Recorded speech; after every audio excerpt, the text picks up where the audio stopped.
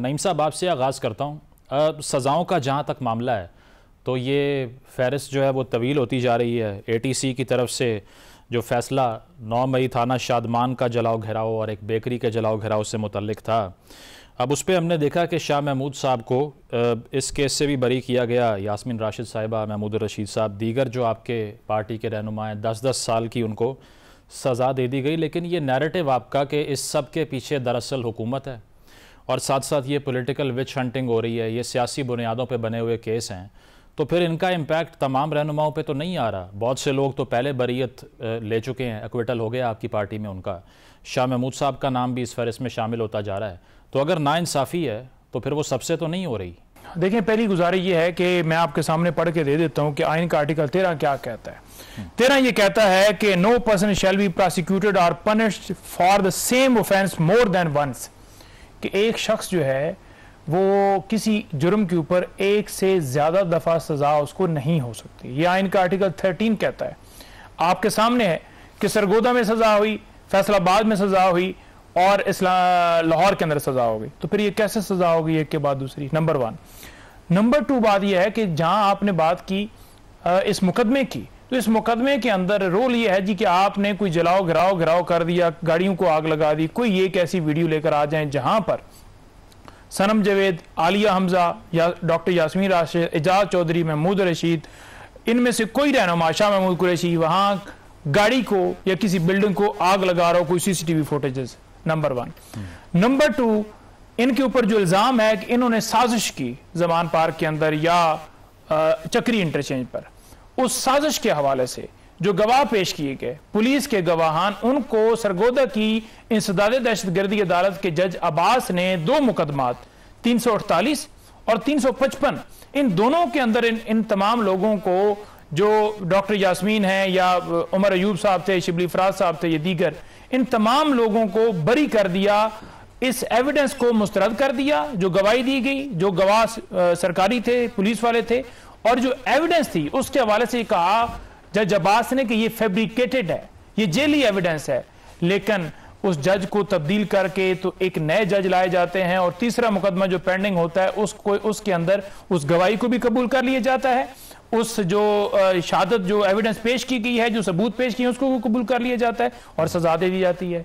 Supreme court की ये judgements मौजूद हैं कि जब एक मामला, एक गवाही या एक कोई वकूआ जिसमें आप बरी हो जाएं, ठीक है, तो फिर उसी नोयत के मामले के ऊपर, उसी गवाही के ऊपर किसी और मुकदमे में सजा नहीं हो सकती। लेकिन मुझे यहाँ उनको तो बात बताएं, दूर की बात, यहाँ एक अरशद हैं, हाफिज अरशद हैं, जो खान साहब के गार्ड हैं। मैं आखिरी बात जी, मैं ये आपको तस्वीर दिखा देता हूँ। ये हाफिज अरशद हैं, मैं ये कह रहा हूँ, हमारे साथ 9 मई को इस्लामाबाद हाई कोर्ट के अंदर मौजूद थे और इन्होंने जो है इनके ऊपर भी रोल यही डाल के इनको 10 साल सजा दे दी। ये वहां मौजूद ही नहीं थे। मैं ये इस्लामाबाद हाई कोर्ट में इमरान खान के साथ थे, ये गार्ड थे और वहां फाइट कर रहे थे कि आप क्यों गिरफ्तार करें, ना करें ना। एक मिनट रुक जाए, ये नोयत है, इससे साबित होता है मैं ये तमाम केसेस पॉलिटिकल। ठीक है, मैं ये कह रहा हूं कि आप लीगल कम्युनिटी से आपका ताल्लुक है। ये जो आर्ग्यूमेंट्स आप पेश कर रहे हैं, बेशक ये टेलीविजन की कंजम्पशन के लिए तो हो सकता है, लेकिन जब आप ये कहते हैं कि किसी जज का ट्रांसफ़र हो गया या फिर ये सारे पॉलिटिकली मोटिवेटेड केसेस हैं, तो क्या आप ये कह रहे हैं कि जितनी भी अदालतों से आपके खिलाफ फैसले आ रहे हैं वो सब की सब कॉम्प्रोमाइज्ड हैं, मेलाफाइडी इंटेंशन पे काम कर रही हैं और हुकूमत वहाँ पर इंटरवीन करने में कामयाब हो चुकी है, और इसीलिए ये सारा लीगल प्रोसेस जो है ये सब का सब बशमूल तमाम कोर्ट्स और जज साहिबान के ये तर्ज़ अमल जो है, इसमें हम कैसे ये साबित करेंगे कि ये जो मेलाफाइडी इंटेंशन जिसकी आप बात कर रहे हैं, इस पर पूरा निज़ाम ही कॉम्प्रोमाइज्ड है और ये सारे आर्ग्यूमेंट्स जो आप यहाँ कर रहे हैं ये कोर्ट्स में नहीं किए गए? देखिए, सारे आर्गूमेंट्स ये कोर्ट के अंदर किए गए और वहाँ दरखास्तें भी दी गई, आर्टिकल 13 के तहत भी दरखास्त दी गई, लेकिन उन दरखास्तों को मुस्तरद कर दिया। हाफिज से इस्लामाबाद के अंदर है, वहाँ कैसे वो पाएंगे और 10 साल सजा होगी, बाकियों की भी यही है। अच्छा, दूसरी बात यह है कि जहाँ आपने जजेस की बात की, देखें जो लॉ मिनिस्ट्री है ना, वो तमाम जो इंसदाद दहशतगर्दी की अदालतें हैं ना या स्पेशल कोर्ट्स हैं, वहाँ तैनाती लॉ मिनिस्ट्री करती है। लॉ मिनिस्टर कौन है? आजम नज़ीर तारड़। तो नज़र आ गया कि तैनाती उन्होंने करनी है तो डेफिनेटली विक्टिमाइजेशन तो होनी है ना। और दूसरा जो उसका सबूत ये है कि जो जज अब्बास हैं उनके ऊपर जो प्रेशर डाला गया, उन्होंने एक खत लिखा था लाहौर हाई कोर्ट के चीफ जस्टिस को। उन्होंने उस खत के अंदर कहा था कि मेरा घर का गैस का मीटर उतार दिया गया, मेरे घर के बिजली का बिल जो है वो ज्यादा उन्होंने डाल दिया, और तीसरा मेरे बाहर अदालत के ट्रांसफार्मर है जहां फायरिंग की गई, मेरे ऊपर शदीद दबाव डाला गया कि इनके खिलाफ जो है वो कार्रवाई करें। तो ये ऑन रिकॉर्ड है, ये मैंने तो लेटर नहीं लिखा, जज ने लिखा। लेकिन जब chief justice Lahore high court ने उस पर एक्शन लेने की बात की तो उनको भी वहां से हटा के सुप्रीम कोर्ट भिजवा दिएगा। उनका नाम है चीफ जस्टिस उस वक्त के शहजाद साहब। सही, राना एहसान बता दें, मैं तो एविडेंस के साथ बात कर रहा हूं। सही, राना एहसान साहब, आपने सुन लिया कि अब ये सनम जावेद साहिबा हों, आलिया हमजा साहिबा हों, 5 साल की इनको सज़ा दी गई है। बकौल पीटीआई के नईम हैदर साहब के, वो ये कह रहे हैं कि मौके पे अगर कोई फुटेज मौजूद है जिसमें ये आर्सन कर रहे हैं, आग लगा रहे हैं, वो नहीं है। लेकिन ये सारा कुछ हो इसलिए रहा है कि जो जज आपकी बात नहीं मानता उसका आप ट्रांसफ़र कर देते हैं और ऐसे लोगों को लेकर आते हैं जो हमें विक्टिमाइज़ करता है। तो आपने पूरा निज़ाम हाईजैक कर लिया। और तीसरा एक बार कैसे सजा हो सकती है? जी जी राना साहब। देखिए जी, बिस्मिल्लाहिर्रहमानिर्रहीम। देखिए, अगर तो कोई ऐसी एविडेंस जो है कमजोर है या प्रोसिक्यूशन को कोई फेवर मिला है तो वो तो फिर अगले हाई कोर्ट के अंदर ये तो है ना, इसको आप टीवी के टॉक शो में या मीडिया के बयानिए से तो नहीं आप इसको खेल कर सकते। और इसके साथ साथ अगर आप देखें, मैं फैसलाबाद की मिसाल देता हूं तो वहां अगर पार्लियामेंटेरियंस या पीटीआई के जिनको बरियत भी मिली है तो वहां क्यों नहीं वो जो है उनको क्यों रिलीफ मिल गई? क्योंकि उनके खिलाफ वो एविडेंस मौजूद नहीं थी, वो शवाहिद मौजूद नहीं थे। तो जहां रिलीफ मिल जाए वहां जो है ना शुक्रिया अदा करना, ना कहना कि अदालती निज़ाम ने इंसाफ दिया है, और जहां सजा हो जाना वहां फिर ये कहना, एक नैरेटिव बिल्ड करना कि ये सियासी सजाएं हैं और इनको टारगेट किया जा रहा है। ये तो फिर इसकी तो कोई एंड नहीं है ना।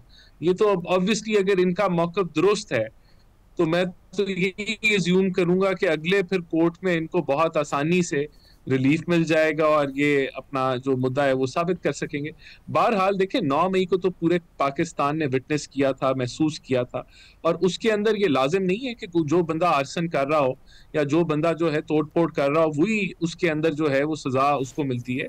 जो उसकी प्लानिंग में, जो अबेटमेंट में शामिल हो, एग्जीक्यूशन के अलावा भी, वो भी उसका जो है उसको उतनी ही सख्त सजा मिल सकती है। जैसे अगर कोई बंदा गोली चलाने वाला हो और एक बंदा मर्डर को प्लान करने वाला हो तो प्लान करने वाले को भी जो है उससे मर्डर करने वाले से ज्यादा सजा मिलती है। तो ये देखें, और ये जो बात है कि एक ही केस के ऊपर इनको बार बार जो है वो तो सजा तो एक ही दफा मिलनी है, और अगर वो कोई और किसी कोर्ट में वही केस लगा हुआ है तो वो बिल्कुल वो क्लब हो जाना चाहिए। इसमें तो कोई राना साहब, लेकिन ये आप एक्नॉलेज करते हैं कि जो 1 पेज का ताना पीटीआई को मिलता था बैक इन 2018, और उस दौर में नैब के ज़रिए बहुत सी अपोजिशन रहनुमाओं को उनके घरों से उठाकर जेल में डाल देना, कार्रवाइयाँ करना उनके ख़िलाफ़, और रूल करने के लिए सारी अपोजिशन का सफाया कर देना, किसी हद तक उस तरफ मामला नहीं जा रहे? क्योंकि आपको भी अब उसी तरह एक्यूज़ किया जा रहा है कि अब 1 पेज आपका बन चुका है, फैसले भी वो आ रहे हैं जो डिज़ायरेबल हैं आपके लिए, और इसके अलावा कोई अपोजिशन बची नहीं, स्पेशल सीट्स भी हाथ से निकल गई, 2/3 भी आपको मिल गई, और आप रूल कर रहे हैं। नहीं, देखें, 9 मई के अगर हवाले से केसेस हैं तो वो कोई सियासी केसेस नहीं है, वो कोई करप्शन के ऊपर केसेस नहीं है, वो एक बगावत की कोशिश थी और वो एक मुनज़्ज़म प्लानिंग के तहत हुआ था, और वो एक आइसोलेटेड इवेंट नहीं था जो एक दिन हो गया था। उससे पीछे बहुत बड़ा नैरेटिव बिल्ड किया गया, उसको बार बार पीटा गया और फिर वो वाकयात हुए। लेकिन अलकादिर और तोशा खाना भी था ना जो मॉनेटरी करप्शन से मुतल्लिक है, अलकादिर और तोशा खाना। देखिए, तोशा खाना को अलकादिर के ऊपर पहले आ जाते हैं। देखिए, अलकादिर में तो एक इंटरनेशनल एजेंसी इन्वॉल्व है जो नेशनल क्राइम एजेंसी है, और उसने जो पैसे समझे कि इलीगल हैं वो उन्होंने रियासत पाकिस्तान को वापस किए थे। ये तो ओपन एंड शट 2+2 का केस है कि उनको एडजस्ट कर दिया एक फाइन के अगेंस्ट, जो कि नहीं हो सकता था, और फिर उसके एवज फवायद लिए गए। तो मेरे ख्याल से ये जो केस है ये तो बड़ा क्लियर कट केस है। बाकी अगर देखें, मैं फिर रिपीट करूंगा, अगर पीटीआई को रिलीफ मिलती है हाई कोर्ट से तो बिल्कुल फिर इनका मौक़िफ़ दुरुस्त होगा कि जी हमें उस वक्त जब ये हुआ, लेकिन आज के दिन में वो सजा याफ्ता है। He is guilty, he is convicted on corruption. और जो लोगों को 9 मई को जो सजाएं मिली हैं, दे आर गिल्टी कि वो 9 मई के अंदर शामिल थे और उनको उसके मुताबिक सजाएं मिली हैं। अगर इनको बाद में जाके रिलीफ मिलता है तो तब हम वो बहस और वो डिबेट जरूर कर सकते हैं। ठीक है दानियाल साहब, आपकी तरफ आऊँगा। ये जो सज़ाओं का तज़करा हो रहा है, आप भी डिस्क्वालिफिकेशन फेस कर चुके हैं। ये इसी तरह होता है कि जब एक हुकूमत ताकतवर हो जाती है और वन पेज बन जाते हैं तो उसके बाद फिर डिज़ायरेबल फ़ैसले आना कोई मुश्किल चीज़ नहीं है, सरप्राइजिंग चीज़ नहीं है। जिस तरह नईम साहब ने भी कहा कि जब तैनातियाँ हुकूमत ने करनी हो तो फिर उसके बाद न्यूट्रलिटी मेंटेन नहीं होती। या आपको लगता है कि ये इतना आसान नहीं है कि एक हुकूमत वक्त शहबाज शरीफ साहब को सारी अपोजिशन यही टॉन्ट करती है ना कि वो ताकतवर वज़ीर आज़म नहीं है, तो फिर यहाँ पर इतनी ताकत कैसे है कि कोर्ट्स भी इम्प्लिकेट हो जाती हैं और जो उनकी मर्ज़ी का फ़ैसला है वो भी आ जाता है, PTI को सज़ाएँ हो जाती हैं?